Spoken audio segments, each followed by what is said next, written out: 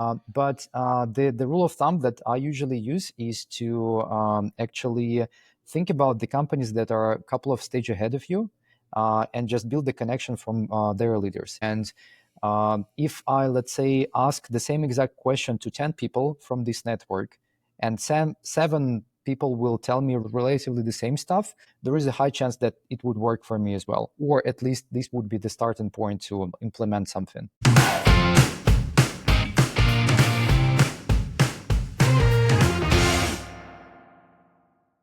Welcome everyone to the Support Labs. Today's episode is a very special one, not just because it's the first time I'm recording with two guests, usually it's a one-on-one, but because it's all about learning from each other. So my guests today are Thibo, who leads support at Miro, and Oleg, who leads support at Manychat. How are you guys? Very good. Thanks. How are you? Good. Thank you so much for accepting the invitation. So to give a bit of context to the people who are listening us, so I spotted a conversation somehow between the two of you, right? And in this conversation, like appears the word mentorship. And at the same moment, I was having some chat with some VP supports that were telling me like they were feeling very lonely in their leadership journey. And I want to know more about your story, guys. And this is when I ask you if maybe we should record this, because it's probably going to interest more people than just me. So thank you so much again. Really appreciate it. So to jump straight on the subject, I think what we should do is, I know Oleg, on a last occasion, you told me the story. I was going to say quickly, but it wasn't so quickly. But if you don't mind to just like tell again the story, maybe we should start with that.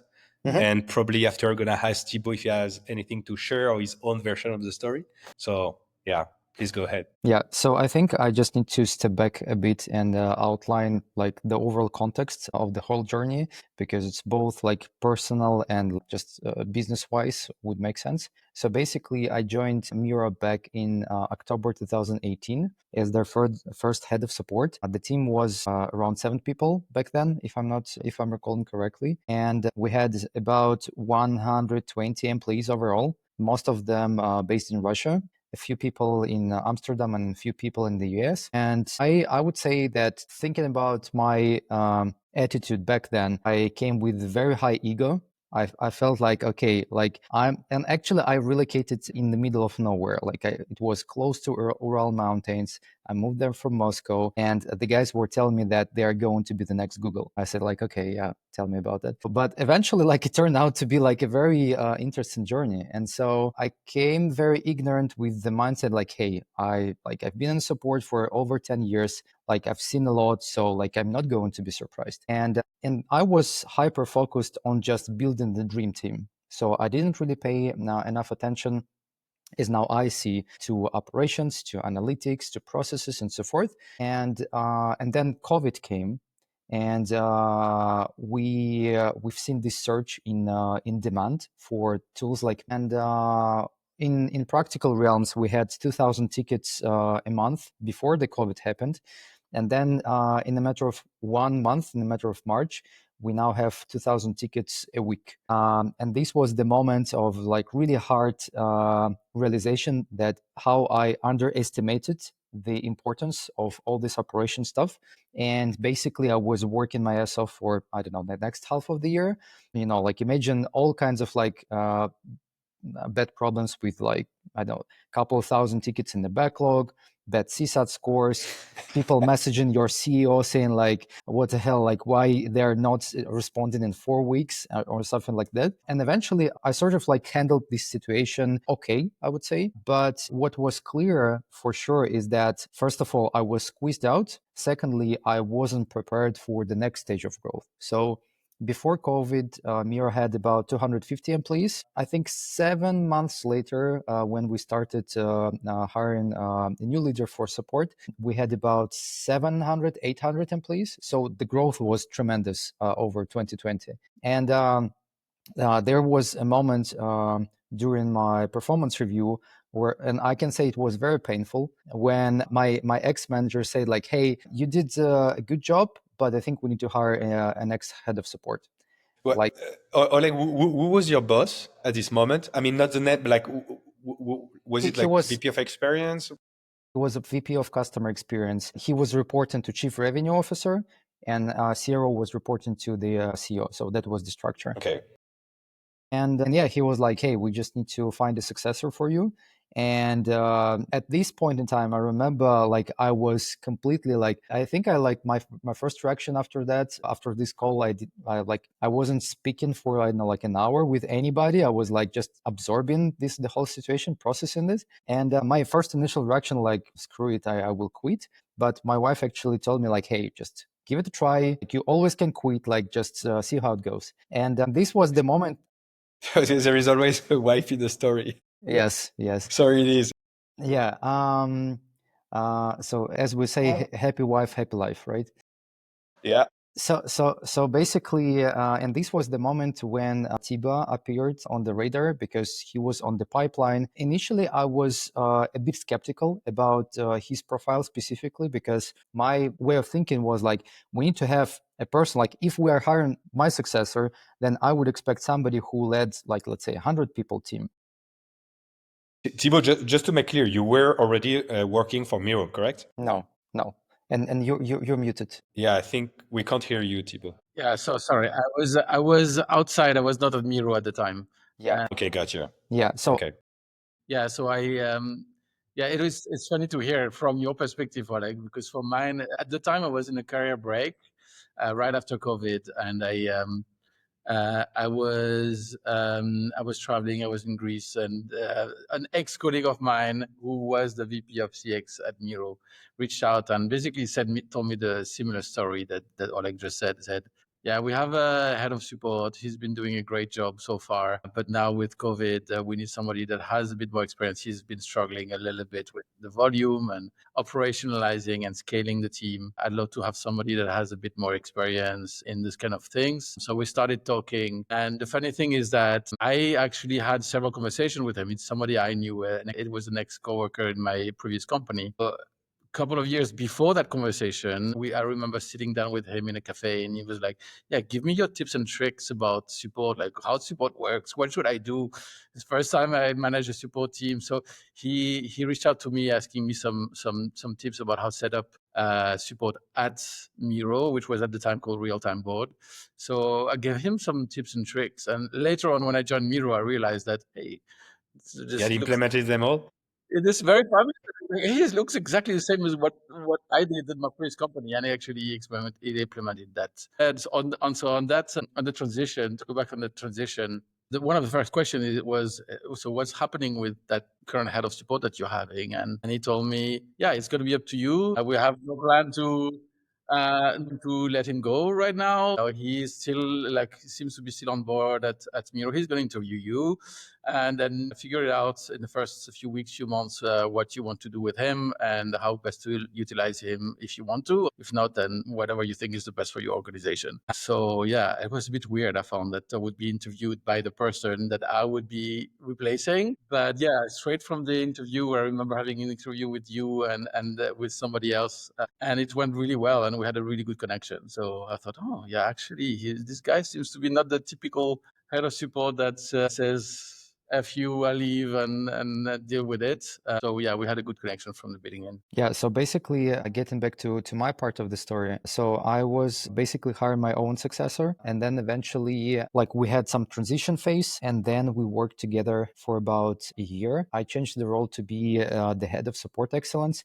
So basically, it's a bit wider term for the operations. And again, I think we can dive deeper into a lot of like these like learning path and my initial perception versus what I've learned throughout this year. But then eventually, closer to the end of 2021, I was like completely drained. I still was like in this city, like in the middle of Ural Mountains with minus 40 degrees during the winter, which wasn't very pleasant. And I remember we had this conversation with Thibo. He said like, hey, you're very close to meet the expectations, but the problem is that the company is growing so fast that the next performance review, I will have even higher expectations. And this was the moment for me, like, hey, looks like I just need to have some break. I need to recharge. Yeah, this was the story of ours. And since then, since I just decided to quit, we still had, continue our conversation, our connection. Just recently, I also visited Amsterdam to see him in person.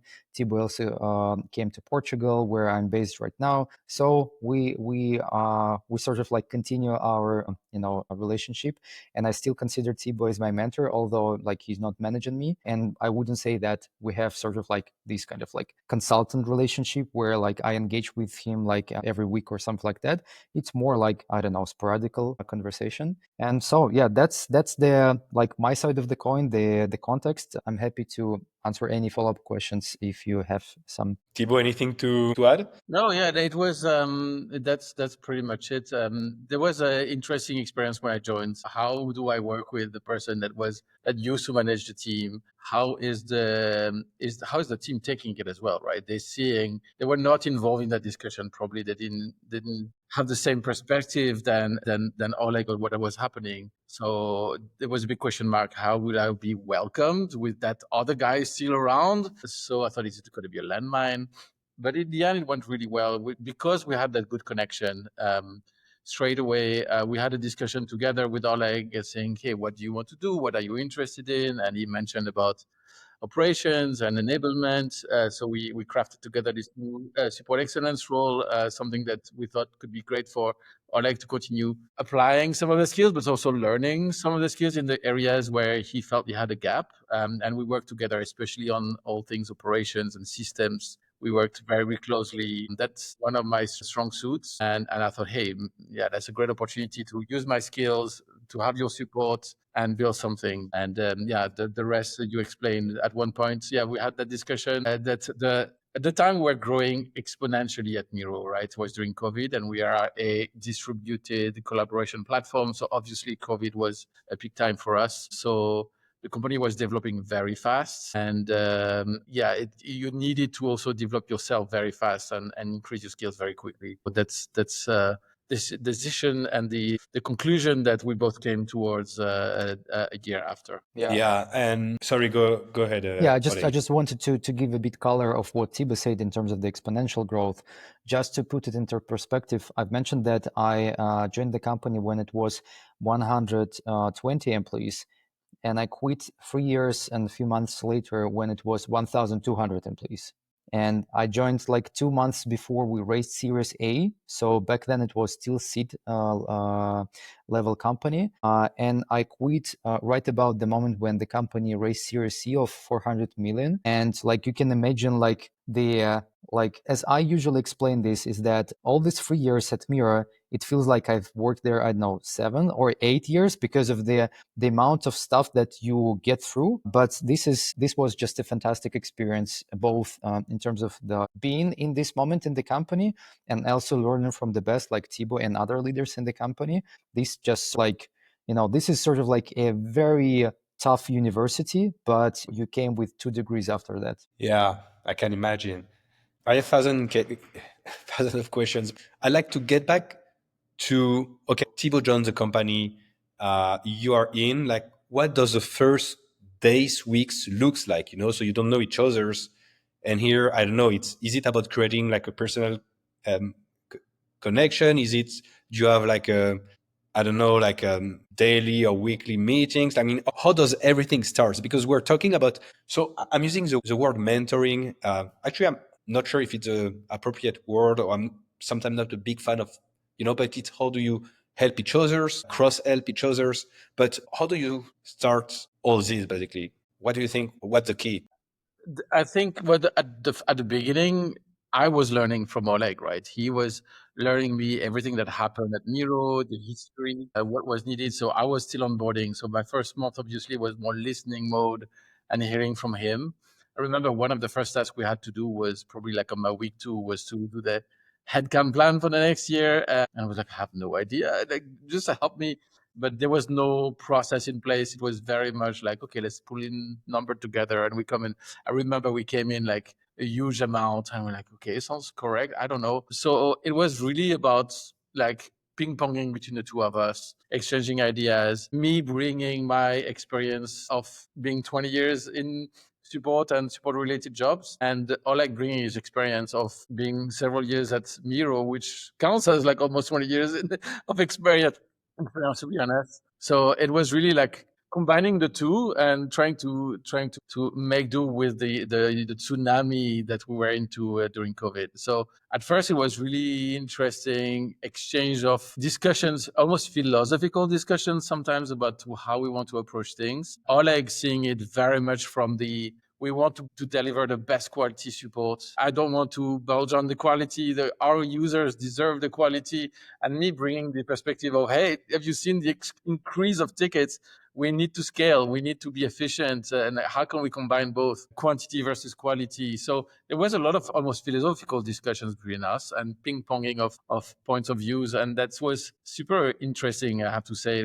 I love debating, and that was a great time that we had together for at least for the first couple of months when you were helping me on board. Yeah.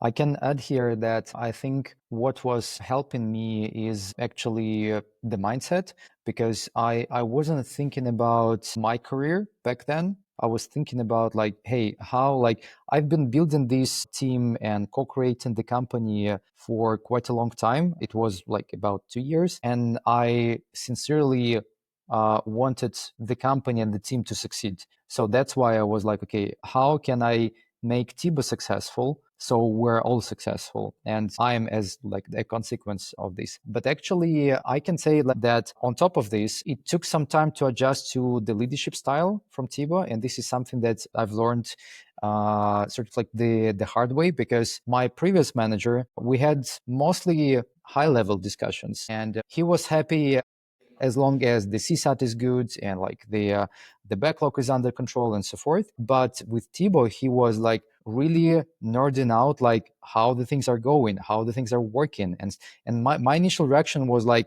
why you're paying so much attention? Like, what do you want from me? And it took some time to actually figure out like what was the reasoning behind this. And the fun thing is that sometimes from my current team, I hear kind of similar feedback, and I try to teach them like, hey, like I've learned it hard way, but I just need to be able to zoom in and zoom out and really make sure that I understand all the small particles to be able to, like answer on the most, tough questions when talking to the exec team, right? And do you think so? Two things here. First, I remember when we had a quick chat, like the three together, like a few weeks ago.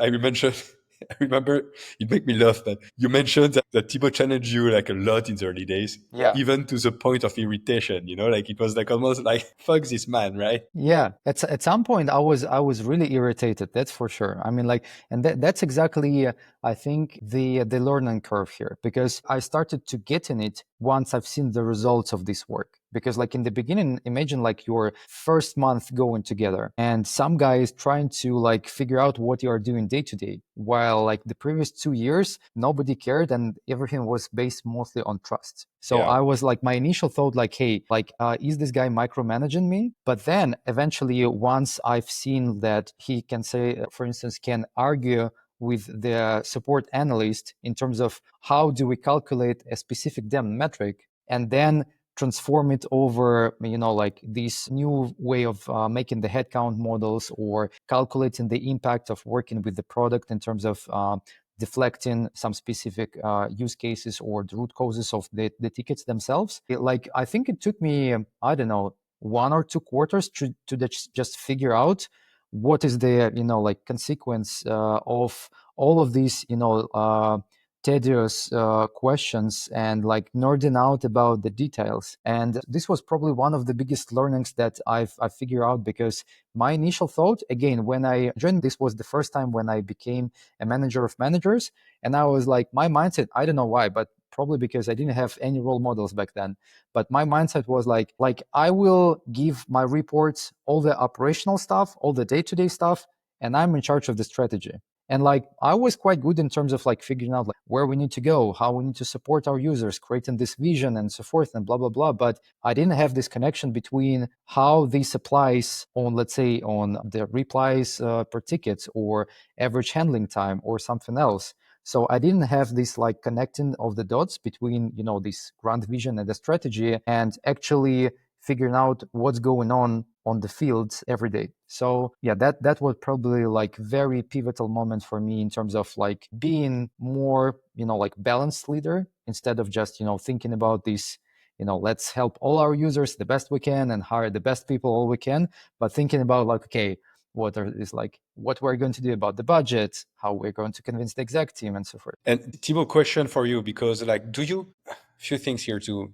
Do you consider like a VP support needs to really understand what's under the hood to details, like, over zooming, or can you be really good without doing this? Because it's always difficult, like, when you're a small team, I guess, but once you really like manage like high teams, you were mentioning like being a manager is such like a different scope than just being like good in support. And So what do you think is a good balance here? Yeah, so for me, number one, you need to have very, very strong analytics and very, very clear, well-defined analytics. And without it, for me, I run in the blind because I have no idea. How is the team doing? Like how efficient are they? They seem to be efficient. They seem to be working well. They seem to be, but we don't have like hard proof with numbers. So every time I've joined a team or joined a company, the first thing I looked at is, do we have the right analytics, the right metrics, the right operational rigor to calculate that? And I think that's super important. I tend to like sometimes geek out on getting into the nitty-gritty details. I've got like a list of filters and editing, slicing and dicing the data to understand where it's coming from. I want to understand what the root cause of what I'm seeing on a macro level is on a micro level. Okay. And I think a strong support leader is somebody that can go from what you talked about, the strategic, hey, this is the big picture, to why is the handle time for the account management tickets in Japan longer than the same tickets in another region? Then you can understand a little bit more, and then you feel maybe you pull a thread and then you pull and realize that there's something bigger out of it. So I think if I see something odd in the data, I'm going to jump in until I understand what it is. And I think it's very important that a good support leader has that curiosity and that interest to dig deeper and like, I don't get it. Why is it like this? Why is it different? Let me figure it out. And then maybe sometimes like, okay, that's just by chance, or that's like a small data set. But often you discover things that you're going to have to forge the strategy in a better way. Yeah. Makes sense. And that makes me think, when we chatted, you mentioned, I'm going to rephrase this. So today you see a lot of VP support that became VP support. I don't want to say just because, but they arrive in the first ones being like a support rep, and they climb the ladders probably because like they were good, but they land to a panorama where they become VP of support. The company is growing, and over time they realize, that they are not very good at it. Could be because like it's not their stuff and they're just happier and prefer to be in the trench. But many times it's because they haven't experienced it before, right? It's the first time they arrive to this level of management. Any advice? How would you suggest those people who just, like became VP support, like from one day to another, to learn how to become like really good VP supports, in the sense that learning how to manage and all these kind of things? From my perspective, in support, that's very common, right? Somebody that grows, that shows they're really successful, they know how to speak to customers, they know how to speak to exec, and then there's a big rotation of people and leader that grow, and then there's a vacuum, and then you can grow from within. So when you're not in the case of Miro, where that grew exponentially in a matter of months, you have more time to actually learn on the job and start experiencing problems, and you have a bit more flexibility, and the situation gives you more slack on that. But I think it's important to accept the fact that maybe you can have imposter syndrome at the beginning, and that everybody that grew from IC to manager had asked themselves, hey, am I in the right place? What is my manager thinking of me? And am I doing a good job? So in those cases, it's actually, looking at operations and looking at metrics, that's kind of a blanket. You think, okay, I have good operation, I have good metrics, and I see that the numbers are not lying. Let's see the numbers are correct. So that's a confirmation that actually, no, I'm not an imposter. I'm doing a good job. And if the numbers are not correct, then it's important to, often that's true that you are the leader, you are the manager of the team, especially in smaller companies, and there's nobody else that you can talk to. And in that case, it's important to build your network and reach out outside. I regularly speak to other leaders and we exchange ideas. I look at LinkedIn, Maxime, I look at your posts. So there's a lot of information out there. And it's true when you're in support, you feel like, yeah, I'm on my own. I'm the support guy. Nobody cares about support but me in the company. Like I don't have any, and nobody knows much about support. As long as it works, it works. And if it doesn't work, they tell you figure it out. So it's sometimes you can feel a little bit alone in support, but actually there's a lot of other people out there that are in the same situation. So there are some forums, there are some Slack groups, there are some discussions in LinkedIn that help you actually go there. But you know what? I kind of, I don't know if it's disagree here, but if you look at other departments, other functions, you know, if you look like you can find, I mean, if if you look at the sales, like you have so much things like about sales. If you look on products, so much things and so much stuff. But I feel like in support, we're lacking compared to the other department, which is even wrong because support is a very operational role. So basically there is, I mean, it's a win-win situation, right? To just learn from each other and share stuff. So we talked a bit because you and Oleg started like within the same comp. I mean, the story between the bromance started within the same company, right? But what would you suggest if like I'm a VP support, I'm by myself, I don't have like mid-level management, my CEO just, which is always the case, tell me like, hey, so you need to manage a support function and I don't really want to know more. How do I find help? Because I don't know, I feel like, yeah, you can read some stuff here and there, but it's never deep enough to really get value from it. I feel like you really get the value by, you know, building connection, adding like 2 or 3 times, because this lets you the time to get like deep enough to really like, so I don't like, how did you build maybe your, I don't know if you have like, you know, a small network of like VP supports, how did it happen and how someone could replicate that? Like, what's your advice? Oleg, you want to answer before I do? Yeah, I think first of all, like before getting into the meat of the topic, I would actually align in terms of like, what does this VP title mean? Like, I don't hold the VP title. Yeah. Some people will manage like the team of 14 and they're like have the VP title. So I think the important moment is to choose wisely with like who will be the part of this network, because I've seen people who like director of something in Google and they're managing 3,000 people. Yeah. I would rather like learn from Yeah. this person, you know. But the rule of thumb that I usually use is to actually think about the companies that are a couple of stage ahead of you, and just build the connection from their leaders. And if I, let's say, ask the same exact question to 10 people from this network, and 7 people will tell me relatively the same stuff, there is a high chance that it would work for me as well. Or at least this would be the starting point to implement something. And then there are also can be occasions where you can leverage some professional help.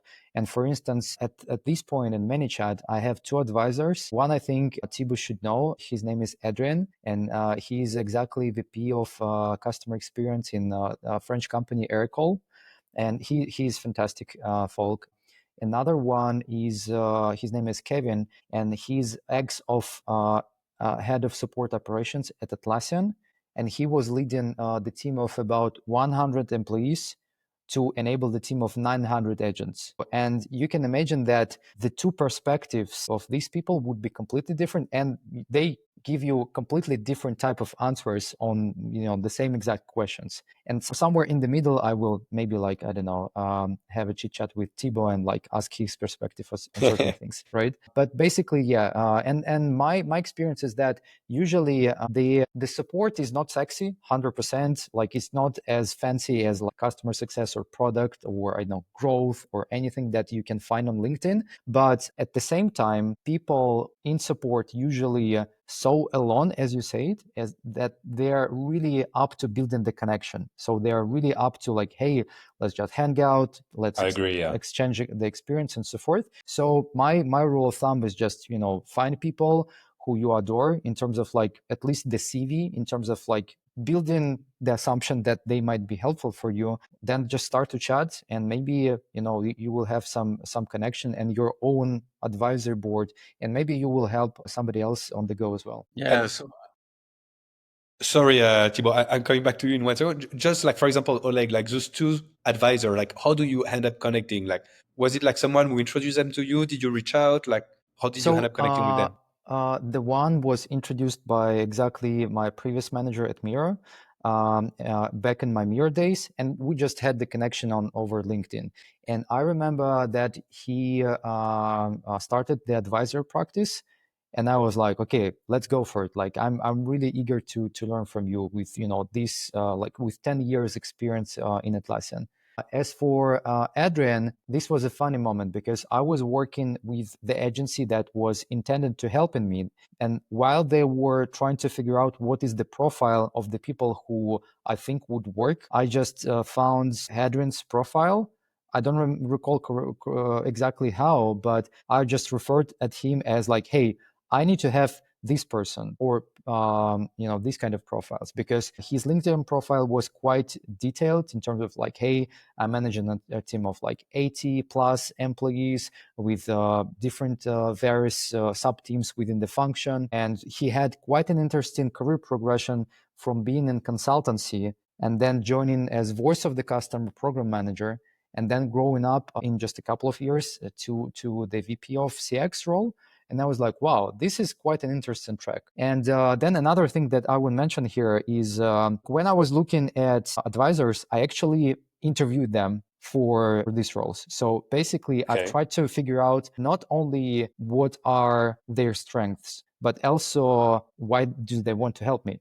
So this was quite an interesting perspective, just to see like if we have this kind of like connection. And usually like what I found is that like, okay, I had this experience where I like the same geeking out as Thibo mentioned about the operations. I have the same geeking out about the people. I'm really good in terms of selecting the right people for the team. And I was like, okay, people management all makes sense for me. It's like no brainer. I need to find people who are way better than me in operations, analytics, and so forth. So I sort of like can complement these strengths and like apply some skills. So that would be my way of thinking about this. Gotcha. Yeah, the way I approach it, like if I think about the different people I speak to, some of them, they're used to be support with me or under me or whatever in a previous company, and they grew when they moved to another one, and then we stayed in touch. So they became head of support somewhere else, and they reached out, say, hey, I remember we were working together. That do you have tips and tricks? There's some people that were at the same level as me, and they moved somewhere else, and we both moved up later on. There are some people that interviewed me for roles. It didn't work out, but I still stayed in touch with them. I've got somebody that I was interested in a vendor, and the vendor proposed a reference call with one of the other customers. We had chats with I had chat with that person about the vendor, and in the end, we started sharing experience with each other. So there can be a lot of different, or a common knowledge. Say, hey, a common person we know both said, hey, my friend is looking for somebody to talk to. So yeah, it's very important to be curious about like other people. Again, look at LinkedIn, look at the forums. If you look for them, there are some very good communities that you can talk to, some events, and that way you can make connections and start having network. And as Oleg said, if you're in support, usually you want to help others. Otherwise, you're in the wrong place. And if you want to help others, it's helping peers, right? And that's what I see a lot in successful support leaders is they want to help each other. And I was going to ask you, like, what do you think? What's your internal motivation of the people? But I think it's really helping out. Yeah, that's part of this, and there's also because I think like we had a discussion back in Cascais. Oleg, I love that you're saying that you could see me as your mentor, but I remember a discussion about AI, and for some part of AI, you were quite advanced compared to me, and I was asking you, hey, how did you approach it? And we're about to launch it. We want to make sure that we have the experience. So there's always one area where somebody else might be on a smaller company, less experience, but they are trying a new tool, they are trying a new method, and it can be very insightful, even if you're like a seasoned leader. So I wouldn't say it, like none of my conversation was where me like coaching somebody, mentoring somebody, it was really like, hey, how did you do this? Ping-ponging in ideas and having the same as I had with Oleg, with sometimes having philosophical discussions, except there's no manager and direct report. So it's much easier to actually debate with each other. So yeah, I think that's what motivates you. You learn from each other, and if that was not the case, obviously that would be different. That would be more like a sort of advisory role, and I could imagine at the end you want to get paid or something like this. But here it's not the case at all. It's really about exchanging ideas and wanting to help each other. Yeah, makes sense. Yeah, I was gonna ask, like, if we take, like, for example, like the two of you, like, do you reach out like only when you need advice or question, or did it already happen to you to just say, let's have like a, like a Zoom coffee break and just chat? Like, yeah, we had less of those lately. I think at the beginning we had regular calls. With some other people, I have like monthly or bi-monthly or like regular calls as well. And often it's just like, hey, how's things are going? Sometimes it's just like, I want to blow up steam and I want to this escalation or this incident that was horrible, as oh my god, yes. And then it led to a topic like, oh yeah, it was so difficult to handle that escalation. Oh yeah, well, we do this and this. Oh, I didn't think about this method. So sometimes it's just like having a random chat without any agenda. With Oleg, we used to have that at the beginning, then it kind of like slowly died out, and then it revived when I came to Guys. But it's okay that if it's like goes in waves. It should, in my eyes, shouldn't only be when you have an issue, because you can always learn. And worst case, you're gonna have a nice chit chat with somebody, and it's still pleasant. Networking, especially in support, I think that's important. The way I see support is the support in every single company is completely different. The products are very different. But at the same time, support operations is exactly the same everywhere. So there's like it's weird mix of everything is different, but at the same time, everything is exactly the same. It's gonna be handle time. It's gonna be like one touch resolution. It's gonna be like CSAT. It's gonna be always the same things. So there's always things that information that you can pull, things that you can learn. But also, it's fascinating. It's like, oh my god, I didn't realize the challenges you face in your industry. I don't have that issue at all, but maybe I can learn from it.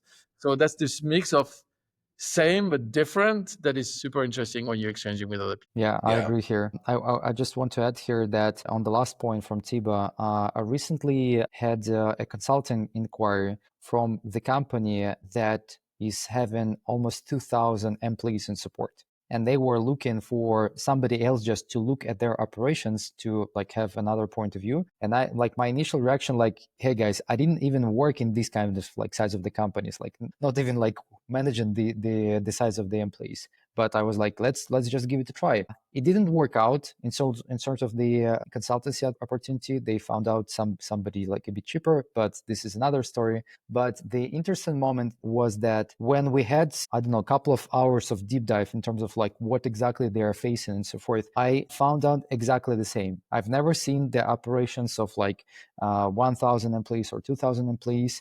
And I was so surprised that the challenges are exactly the same, but the scale is a bit different. So definitely agree here. But if we get back to the initial question in terms of like just building this network and so forth, my case is probably a bit different because I do have this consulting going as a side hustle quite frequently, and this is exactly to me the opportunity to learn from others, because like they are coming to me with their problems, but in order to help them, you also need to figure out like what is the environment. You need to ask questions, and through that, you also can see that you can definitely learn how people do the same things differently throughout these conversations. And another thing that I would mention here is that I'm quite curious in terms of how other functions work. And usually the way how I think about this, I can like I've had a lot of occasions where, let's say, I'm reading the article regarding, I don't know, growth marketing or something else, and I was like, this is quite an interesting idea. I think the same principle can be applied in support. Yeah, connecting the dots between like some stuff were totally different. Yeah, exactly.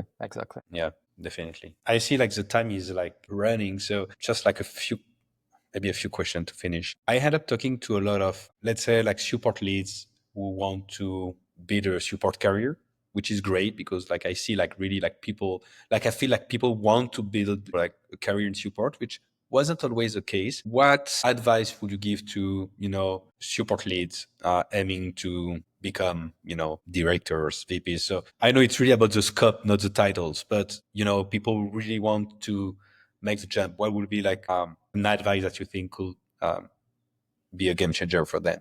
What do you think? Yeah, so the first advice I would give is we said earlier, often you feel alone in support. Your leader is saying, okay, you deal with it as long as the tickets are answered, the customer is happy, that's all I need. So it's easy to fall in a trap where you work in a vacuum, you focus on your business, your support operations, you make sure a customer is happy and that's it. I think the way to grow is to really understand what your company is trying to achieve. Look at the objectives, the yearly objectives, the OKRs, whatever you have, like the strategy of the company, the 3-year plan, and then understand how can support impact that. How can support help the company grow, and not only thinking, okay, that's what they're doing, so all I need to know is I'll need enablement about this product, and I need to, it's more than that. It's saying, okay, having the curiosity to talk to others and say, what is the experience with support? If you had a magic wand, what would you like support to do that we're not doing together? And not thinking that's not support's problem, that's consulting, it's support.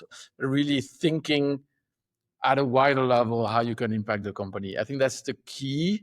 And understanding your customers really well, really focusing on, again, digging deep in the metrics and the data, because in support you touch a different type of customers. Often the go-to-market team, the sales or success teams, they will know the decision makers, they will know the managers, and then in support we know the end users, we know everyone. So we have like key information that nobody else in the company has. So it's super important to dig deep into it, to get insights. And then when you have discussions with those people, say, yeah, maybe that head of whatever at our customer says that that's how it works in their company. But what I see in support is the end users are like, they hate this and that. Yeah. You bring information, and such people will start listening to you and realize, oh my God, I need to involve that head of support in our decision. I need to make sure that they're part of the discussion, the strategic discussions, because they bring something that nobody else brings on the table. So there are some ways to actually grow and gain visibility and thought leadership in the company, even by staying in support, which you might think is like in its own. But I think there's the possibility to grow in support. Yeah, just to complement, I had a chat with last week, and I can't even remember who.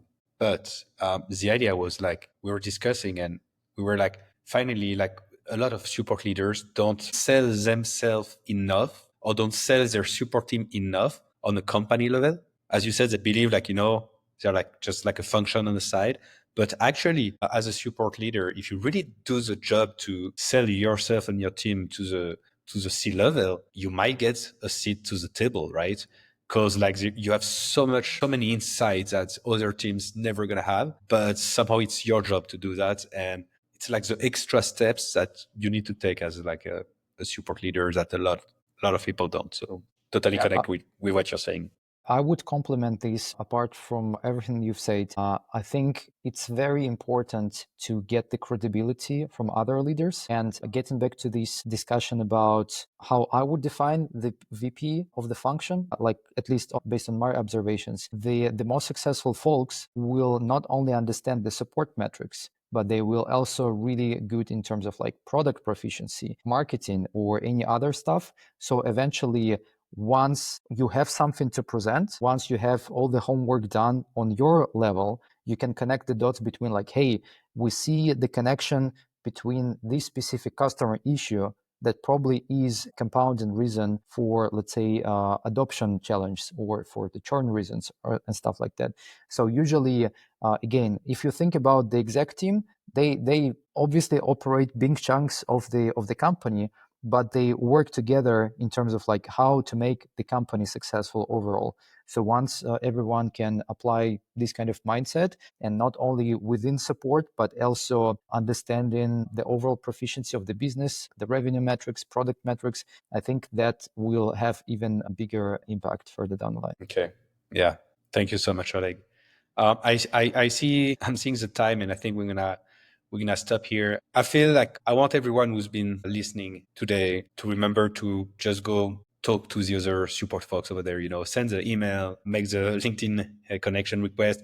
Yes, some people are going to tell you no, you're probably not going to have some answer from others, but like at the end, you're going to create some connections. This is for sure. So yeah, that would be like my final words on this topic. I don't know, guys, if you have anything to add. No, I think I get people reaching out regularly. Some people would try to sell, of course. So make sure you don't approach us. Yeah, don't do that. If you reach out and exposing like a challenge, that's something that could be interesting challenge. I think all three of us be like, oh yeah, I want to give my point of view, and that's the nature of support. We want to help again, and we want to express our point of view. So I agree, shouldn't be afraid of reaching out. Again, there are some also forums and communities where it's easier to reach out because you post something and you don't expect a specific person to respond. But yeah, for sure, I think it's not scary. It can be scary, but you should not be scary or scared to reach out. So yeah, I completely plus one this one. Oleg, anything? Yeah. I would get back to a bit more philosophical mode, as Thibo mentioned. I remember the quote from Buddha. So the paper said that he was mentioning that nobody is a friend, nobody is an enemy, but everybody is a teacher. So, and I think this goes with, I don't know, everyone that you can reach out and just to, bound the problems. And as we discussed today, my wife was really influential in terms of my decision making, and she was completely right, and I wouldn't be sitting here probably with all of you if not her influence. And like, don't underestimate somebody who is maybe like holding a lower title than you, or is somebody like from completely different function. You always can learn from anyone. Nice. So that's it. We're gonna stop this episode on those nice Buddha's words. Thank you to both of you guys. Really appreciate your time. And I guess if everyone here want to reach out, you can be found on LinkedIn. Yeah. Take Thank care. you. Bye-bye. Bye-bye. Ciao.